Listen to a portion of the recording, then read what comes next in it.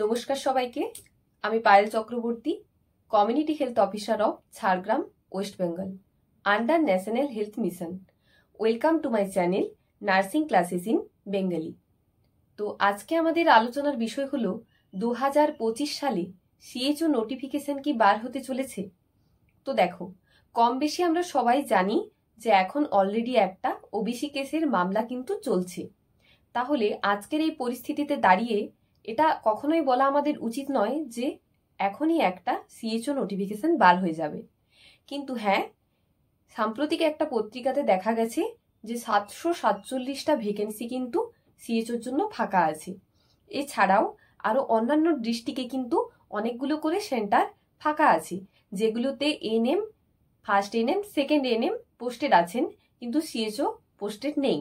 তাহলে যখন একটা হোল টোটাল ভ্যাকেন্সি কাউন্ট করা হবে, তখন কিন্তু সংখ্যাটা গিয়ে 1500-1600 এরকম কিছু দাঁড়াবে।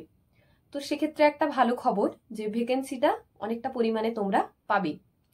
আরও একটা জায়গায় দেখা গেছে যে বিহারে অলরেডি একটা ভ্যাকেন্সি বার হয়েছে, 4500 ভ্যাকেন্সি। তাহলে সিএইচও পোস্টেডটা এরকমই, যে সিএইচও কখন বার হবে এটা কিন্তু কেউই বলতে পারবে না। সরকারের যখন ইচ্ছে হবে তখন কিন্তু সিএইচও নিয়োগ হবে। তো তোমরা যারা আপাতত এখন জিএনএম বা বিএসসি পাস আউট করে আছো, তোমরা সিএইচওর জন্য প্রিপারেশন নাও, বাড়িতে বসেই প্রিপারেশন নাও।